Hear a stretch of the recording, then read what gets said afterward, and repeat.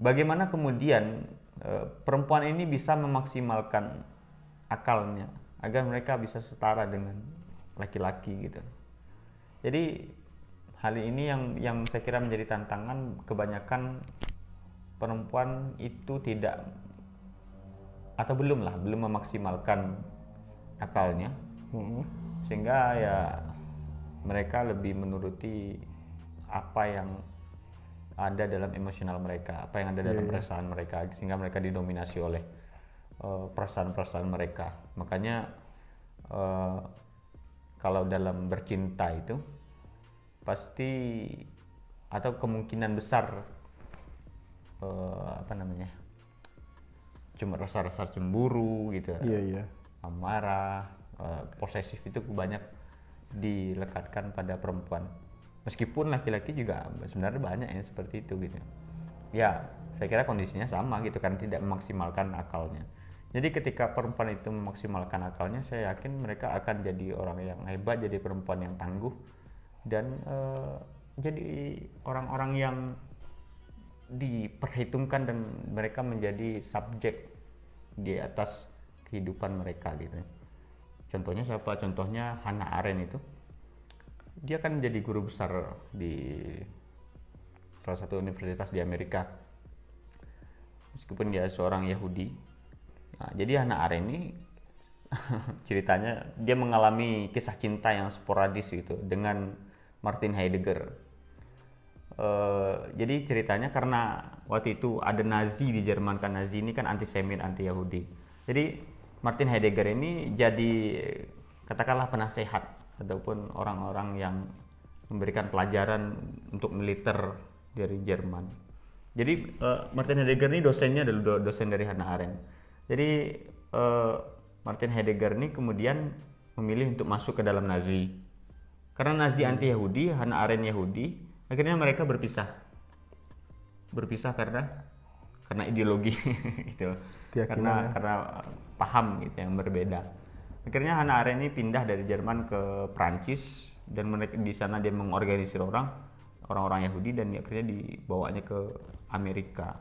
Banyak ratusan atau ribuan itu orang yang dibawa oleh Hannah Arendt. Kan itu adalah perempuan yang sangat luar biasa gitu, memaksimalkan pikirannya. Dan juga dia buat buku The Origin of Totalitarianism, ada 3 jilid. Dan yang paling saya suka itu kalimatnya adalah kemerdekaan itu tercipta ketika politik berakhir, itu kata Hannah Arendt. Jadi itu adalah salah satu contoh perempuan yang mampu memaksimalkan akalnya, termasuk Simone de Beauvoir tadi. Simone de Beauvoir tadi anehnya juga gini, dia pacaran sama Sartre gitu, atau menjalin hubungan dengan Jean-Paul Sartre. Nah, jadi Sartre ini ya dikatakan bahwa dia menolak Tuhan demi kebebasan. Sedangkan Simone de Beauvoir ini dia menolak Sartre demi kebebasan juga gitu. Mereka tidak menikah karena karena mereka menganggap bahwa di dalam pernikahan itu terjadi eksploitasi antara laki-laki dan perempuan gitu. Jadi mereka tidak ingin mengikuti kultur yang ada, bahwa perempuan akhirnya ketika mereka menikah, mereka tidak memiliki kebebasan eksistensial. Nah, itu biasanya feminis ekstrim begitu. Nah, jadi kalau dalam berhubungan pun yang tidak boleh itu oleh perempuan itu adalah mereka kehilangan diri sebagai subjek, atau mereka tidak memiliki kebebasan eksistensial lagi gitu. Begitupun juga sebaliknya dengan laki-laki, mereka harus punya itu dalam hubungan. Nah, itu adalah hubungan yang sehat. Kalau hubungan yang toksik itu ya ketika mereka kehilangan subjek diri mereka di dalam itu, kebebasan eksistensialnya pun hilang gitu. Nah, itu hal yang toksik gitu. Jadi itu yang pertama dari sisi individu mereka. Kemudian yang kedua itu dalam ranah sosial itu seperti yang Fahmi sampaikan tadi, contohnya misalkan mereka lebih peduli dengan style. Iya, gitu. Style. Solek-solek Yahudi kata somatnya. Ya, mereka lebih sangat peduli dengan style, dengan bedak. Jadi saya teringat dengan kata Naomi Wolf itu, dia mengatakan bahwa selama perempuan masih peduli dengan penampilannya, maka selama itu pula dia akan menjadi objek seksual atau jadi ladang seksual. Berarti kalau dia lebih mensolidkan diri, artinya lebih membuat daya tarik kepada laki-laki ya Bang? Ya, kendalanya gini, kan itu menurut dalam tafsiran laki-laki, dalam perspektif laki-laki itu. Iya. Dalam perspektif perempuan tuh, ya jangan salahkan kami yang berpenampilan. Ya Iya. salahkan ngapain laki-laki kok bisa kok nafsuan gitu. Jadi laki-laki kok sangean gitu ngelihat perempuan yang sedikit pakai rok mini, langsung aja naik nafsu kan gitu. Iya, iya, iya. Ya perempuan menyalahkan kita seperti itu, tapi ini saya kira nantilah ya dicoba disolusi, nanti kita tawarkan hal ini. Jadi penampilan itu memang penting sih sebenarnya. Cuman dalam artian yang dimaksudkan oleh Naomi Wolf tadi, mereka terlalu mengedepankan itu, esensi perempuan itu yang dikedepankan, atau eksistensi maksud saya yang di perempuan yang dikedepankan itu adalah penampilannya gitu. Padahal sebenarnya saya kira perempuan ini adalah makhluk yang luar biasa gitu. Ketika contoh orang yang terkenal disiplin, manajemen waktunya bagus, kemudian dalam sisi misalkan mereka mengejarkan hal-hal yang bersifat administratif, itu sangat hebat. Iya, iya, iya. Perempuan itu, apalagi ketika mereka seorang akuntan, lihatlah pegawai bank itu yang perempuan, ya kan? Mereka juga amanah, makanya banyak bendahara umum itu yang perempuan kan, Iya, iya. karena dianggap mereka adalah orang yang amanah. Mereka bisa manage waktunya Bang. Ya, bisa memanage waktu dan lain-lain. Jadi dalam ranah sosial atau dalam lingkup kemasyarakatan lah gitu, tantangan perempuan itu salah satunya adalah kultural. Mereka dibatasi oleh sifatnya kultural, kayak seperti tadi ruang geraknya. Ketika mereka malah keluar malam hari, ya kan, tafsiran orang seperti selalu Negatif. dilekatkan stigma negatif pada perempuan itu, ya kan. Itu dari sisi kultural. Kemudian termasuk dengan norma-norma yang ada gitu, termasuk dengan norma agama dalam tanda kutip yang ditafsirkan oleh laki-laki gitu. Jadi dipandang sebagai sesuatu yang buruk, negatif, dilekatkan stigma gitu. Jadi sebenarnya banyak hal yang kalau kita lihat secara lebih mendalam di atas dunia ini, banyak yang menguntungkan laki-laki gitu ketimbang perempuan gitu. Karena itu kita harus melek terhadap hal tersebut. Jadi yang pertama itu dari sisi kultural, kemudian yang kedua itu dari sisi intelektualnya. Jadi perempuan itu harus cerdas. Jadi perempuan itu harus cerdas, mampu seperti saya katakan tadi memaksimalkan akalnya, kemudian memiliki pengetahuan. Karena apa? Karena itu adalah jalan untuk mereka tidak bisa didikte oleh laki-laki gitu. Iya, iya. Saya kira ini mungkin bisa didiskusikan bareng lah gitu ya. Tantangan-tantangan, mungkin Fahmi ada nggak gantian gini kita yang nanya nih, tantangan perempuan hari ini kira-kira ada nggak ngelihat karena ngelihat perempuan hari ini, kan tadi udah disampaikan tuh. Iya, iya, iya. Kalau saya lebih ke abang saja lah dulu. Oke, mungkin ya itulah saya kira tantangan. Berarti perempuan hari ini Bang, dalam artian harus cerdas, apalagi cerdas dalam memilih ya Bang. Itu ya Memilih. harus juga lah. Memilih pasangan hidup Memilih. untuk depannya. Ya tapi kalau mereka hanya bisa memilih soal jodoh nggak jodoh, itu kepastian dari Tuhan kan. Iya, iya. Apa solusi kesimpulannya lah untuk diskusi kita pada malam hari ini? Oke, mungkin kalau untuk solusi itu terlalu berat bagi saya karena apa ya?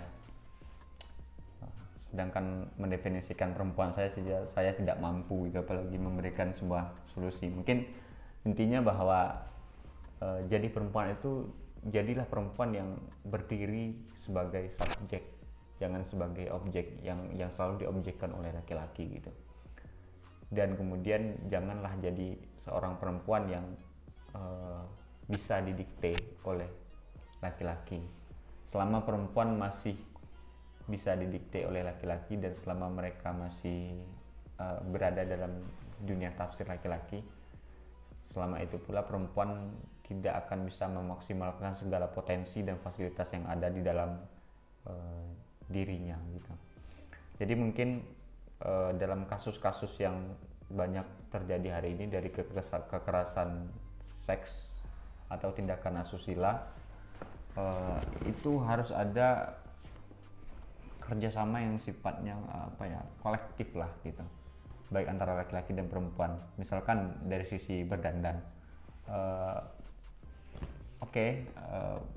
wanita itu berdandan ya jangan terlalu laki-laki itu kan lemah dari sisi pandangannya, termasuk juga dengan suara gitu. Jadi saya kira jangan terlalu berlebihan gitu, jangan terlalu berlebihan. Dan juga bagi laki-laki hal-hal yang seperti itu harus bisa dibatasi. Soalnya nafsu itu adalah hal yang bersifat kepuasan sesaat gitu. Ya kan hanya sesaat saja, habis itu ya nggak ada lagi, dan dia tidak akan pernah terpuaskan gitu. Rasa puasnya nggak ada. Jadi jangan terlalu mengikuti nafsu, apalagi dengan melihat perempuan. Jadi jaga pandangan terhadap perempuan, dan perempuan juga jangan berlebihan dalam berpenampilan. Seperti saya katakan tadi, selama perempuan masih peduli terhadap terhadap penampilannya, ya maka ia akan selalu jadi objek seks gitu. Jadi ya banyak hal yang lebih penting. Mungkin saya ingin memberikan kata-kata yang saya kira cukup relevan lah. Jadi kalimatnya begini: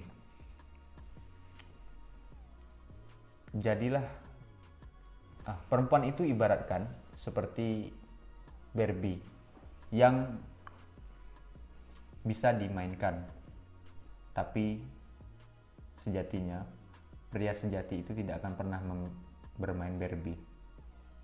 Jadi intinya bahwa ya bermain Barbie saja itu tidak dimungkinkan gitu, tidak mungkin pria bermain Barbie gitu. Ya kan? Jadi apalagi untuk menyakiti dan melukai wanita tersebut gitu. Jadi mungkin itulah dari saya, yang saya kira ini pembahasan yang cukup berat, karena saya katakan bahwa perempuan itu bagi saya adalah misteri daripada misteri itu sendiri. Sehingga ya saya pun sebenarnya bingung dengan pembahasan tentang perempuan. Cuman itu tadi adalah pendapat orang saja yang banyak saya kutip gitu. Saya kira bahwa jadilah perempuan yang cerdas, agar supaya tidak mampu didikte oleh laki-laki, dan kemudian jadilah perempuan yang memiliki kebebasan eksistensial yang otentik. Nah, ketika perempuan itu ia memiliki intelektualitas, maka otomatis ia akan mampu menepikan atau menepis atau menggugurkan tafsiran laki-laki di atas dunia, dan mereka tidak akan lagi didikte oleh laki-laki, serta mereka akan berdiri sebagai subjek, yaitu seorang perempuan merdeka. Baik teman-teman, mungkin diskusi kita pada malam hari ini sampai di sini. Mungkin teman-teman ada yang ingin bertanya, silakan bertanya di kolom komentar. Mungkin atau apa yang perlu kami bahas lagi, mungkin yang lebih menarik buat teman-teman, apa yang perlu kami bahas, silakan ditulis di ruang komentar. Itu assalamualaikum warahmatullahi wabarakatuh.